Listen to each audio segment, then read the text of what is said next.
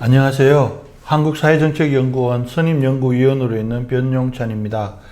저희 한국사회정책연구원에서는 사회 이슈 진단 TV 방송을 진행하고 있습니다. 지난번에는 공공의대와 공공의료라는 이슈에 대하여 총 2회가 방송이 되었고, 오늘은 그 세 번째 방송을 하게 되었습니다. 오늘의 주제는 지금 우리나라에서 가장 이슈가 되고 있는 코로나19에 대한 것입니다. 코로나19라는 이슈에 대한 진단을 해주실 안종주 박사님을 소개해 드리겠습니다. 안종주 박사님은 서울대 미생물학과를 졸업하시고 서울대 보건대학원에서 석사와 박사학위를 받으셨습니다. 서울신문과 한겨레신문에 보건복지 전문기자를 역임하셨고 40년 가까이 환경과 보건 문제를 취재, 보도해 오셨습니다. 작년 9월에는 코로나 전쟁이라는 책을 저술하기도 하였습니다. 바로 이 책이 되겠습니다. 현재는 서울시 안전명예시장 및 안전자문단장을 맡고 계십니다. 그럼 안종주 박사님을 소개해 드립니다. 네. 안녕하십니까? 네, 반갑습니다. 안종주 박사님, 먼저 이번에 코로나 백신 맞으셨죠?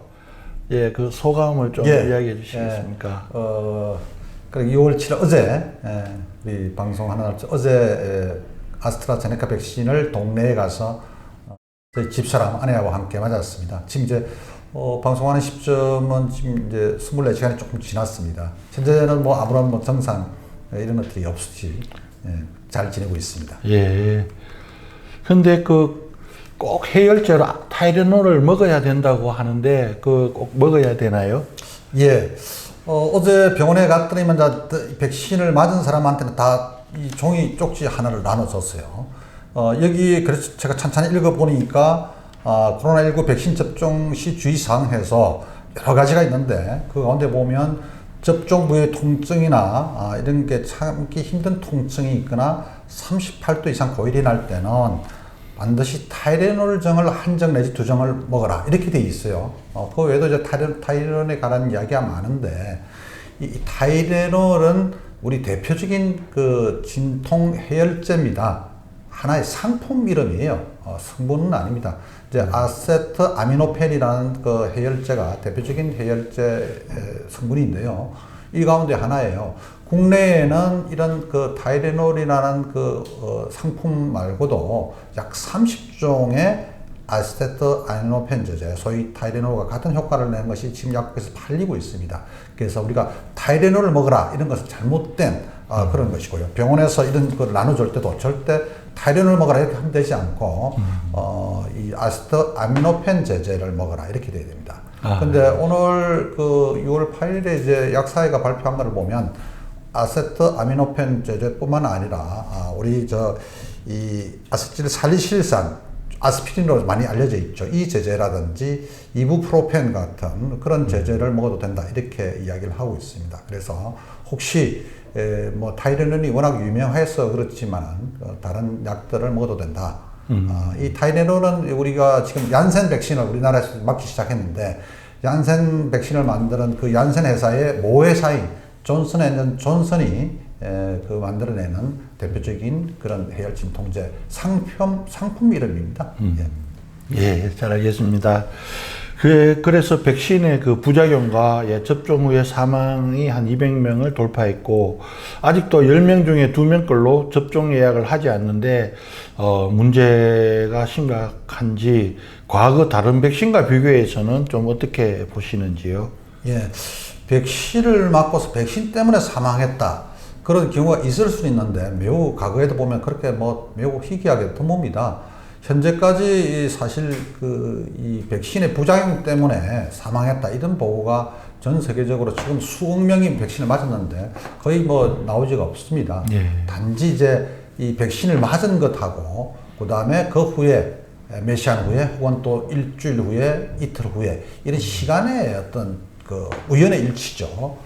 그러게 이제 그것 때문에 일어났을 가능성이 매우 높고 우리나라에서도 지금 사망 후 백신을 접종하고 난 후에 일정 시간이 지난 뒤에 사망했다 신고 들어온 경우가 200건인데 아직까지 단 한 건도 이거는 접종의 어떤 그 부작용, 백신의 부작용 때문에 사망했다. 이렇게 정부가 인과관계를 인정한 경우는 없습니다. 인과관계를 인정하려면 매우 복잡한 정밀 과정을 거치고 부검을 거쳐야 되는데요. 결과 나온 것은 없고, 단지 그냥 그래도 이제 백신의 부작용이 좀 의심스럽다. 확정적이진 않지만 그러면 정부가 거기에 어떤 정도에 따라서 지금 보상을 해주는 그런 제도가 있고요. 일부 보상이 이루어지고 있습니다. 그래서 제일 백신 때문에 이 사망할 가능성이 있는 것은 아나필락시스 쇼크인데요. 소위 그 중증 과민성 알레르기 반응입니다. 아주 매우 드물게 사람에 따라서는 이런 그 백신이라든지 이런 것들 과민 반응을 보일 수가 있는데요. 이 급성 호흡 곤란이 와서 그래서 대개 이제 접종 후에 응급 대처하기 위해서 15분 내지 30분간 접종받은 장소, 병원이나 이런 곳에서 충분히 대기를 했다가 이상이 없으면 집으로 돌아가게 했는데 어제 저도 한 30분간 병원에 있다가 집으로 돌아왔습니다. 예. 잘 알겠습니다. 화이자 백신은 상대적으로 안전하고 아스트라제네카 백신은 혈전 발생 등 위험이 상대적으로 있다라고 평가가 있는데 이 부분은 좀 어떻게 보십니까? 예, 그러니까 이제 처음에 이제 아스트라제네카 백신이 이제 우리 먼저 들어와서 맞기 시작했죠. 그때 이제 일부 이 유튜브나 SNS 혹은 또 일부 이 야당에서 아스트라제네카 백신은 상대적으로 좀 위험하다. 심지어는 효과가 별로 없는 물백신이다. 이런 소문들이 자꾸 퍼지고 나가서 이 백신은 혹시 좀 위험할 수 있다. 그래서 나는 차라리 순서가 나중에 가을이 되더라도 맞지 않겠다. 이런 사람이 좀 있었어요. 이게 우리 어떻게 보면 좀 가짜 뉴스인데, 이런 것들에 너무 이제 많이 좀 이런 걸 다루다 보니까 그 와중에 때 아스트라제네카 백신을 맞고서 특히 젊은 사람들이 혈전이 생기는 경우가 유럽에서 일부 발생을 해서 유럽에서 접종을 그 당분간 정확한 원인이 밝혀질 때까지 중단을 한 적이 있습니다.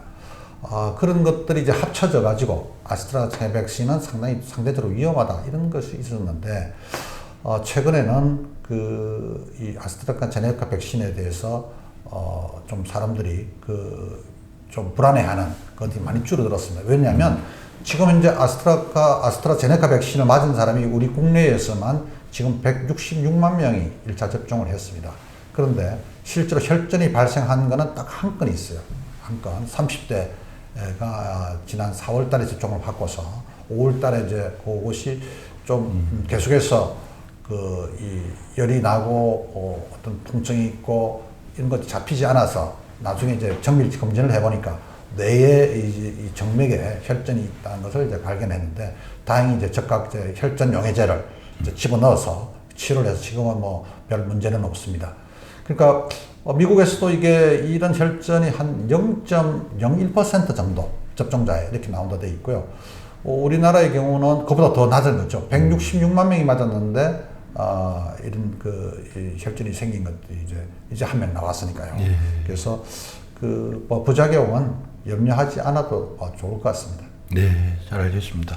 근데 이제 백신을 2차례 맞고도 감염되는 사례가 가끔 생기는데 왜 그런가요? 그 백신 자체에 문제가 있는 것은 아닙니까?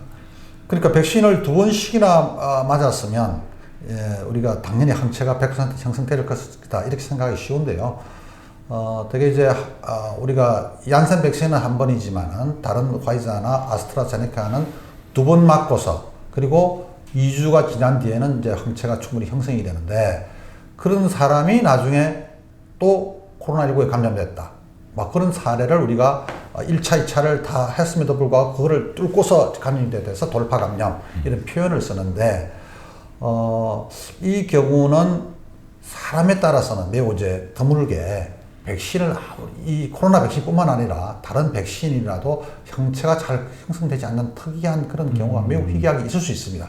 그런 사람은 5번, 6번 맞아도 잘 생기지 않는데 아마 그보다는 아마 변이형 바이러스에 감염됐을 가능성이 상당히 좀 높습니다. 왜냐하면 기존에 이제 이 코로나 기존에 이제 화이자나 모더나 아스트라제네카는 그 백신을 2차례 맞고서 일정 기간 지나면 대개 90% 내지 95% 이런 비율로 항체들이 형성되어서 코로나 예방이 가능하거든요.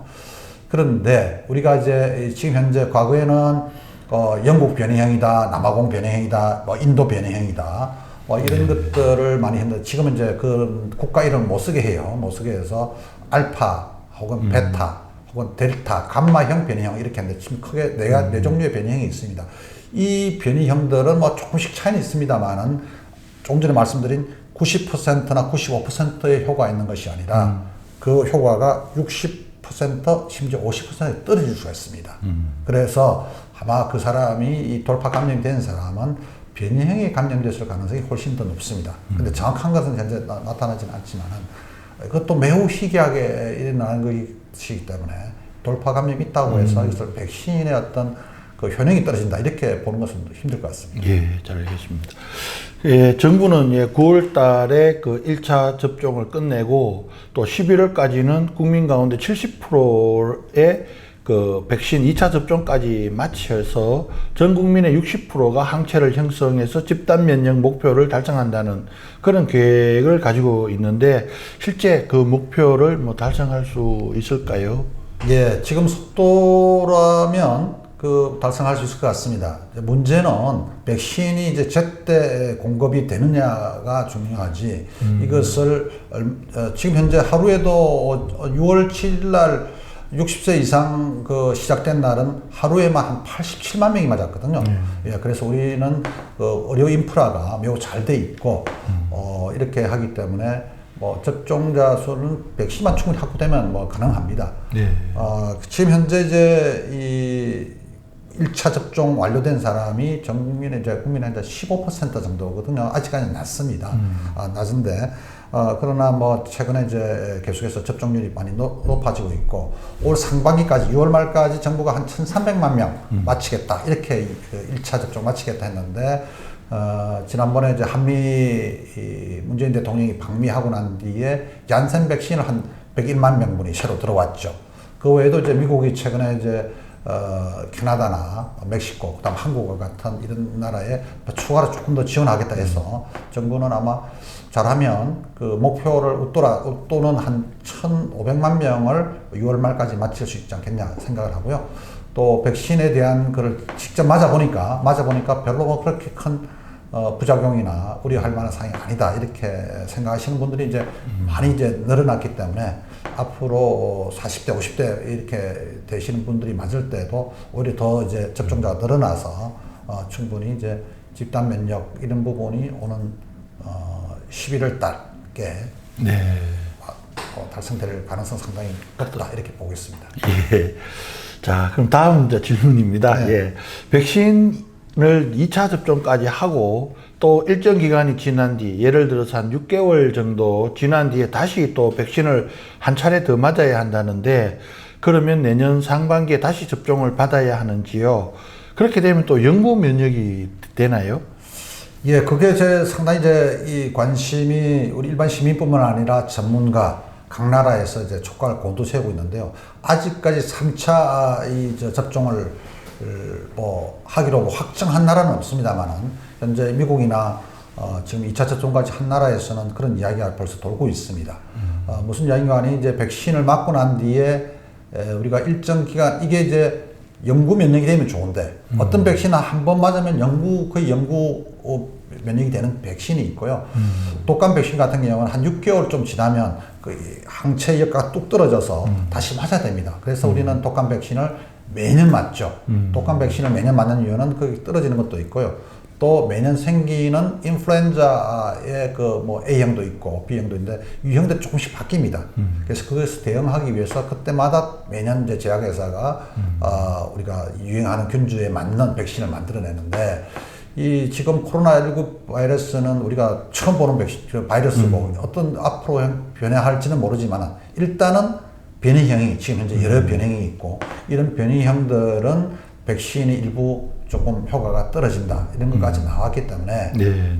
조금 더 이제 우리가 올 하반기만 되면 이 백신을 맞고 난 뒤에 항체 효과가 어느 정도 떨어지는지를 알게 되고 그것에 따라서 아마 이러면 선진국들이 올 가을이나 이때쯤 돼서 3차 이 소위 접종 부스팅 샷이라는데 어느 정도 항체가 있는 것에다가 다시 한 번 더 백신을 맞으면 다시 그게 백신이 아주 항체 효과가 올라가거든요. 그래서 부스팅 샷이라는데 뭐 그것을 하게 되고 그렇게 되면 우리는 백신을 다시 또 올 그 하반기에 확보를 해서 내년 봄에 전 국민한테 또 맞춰야 되는 그런 일이 있을 수 있고요.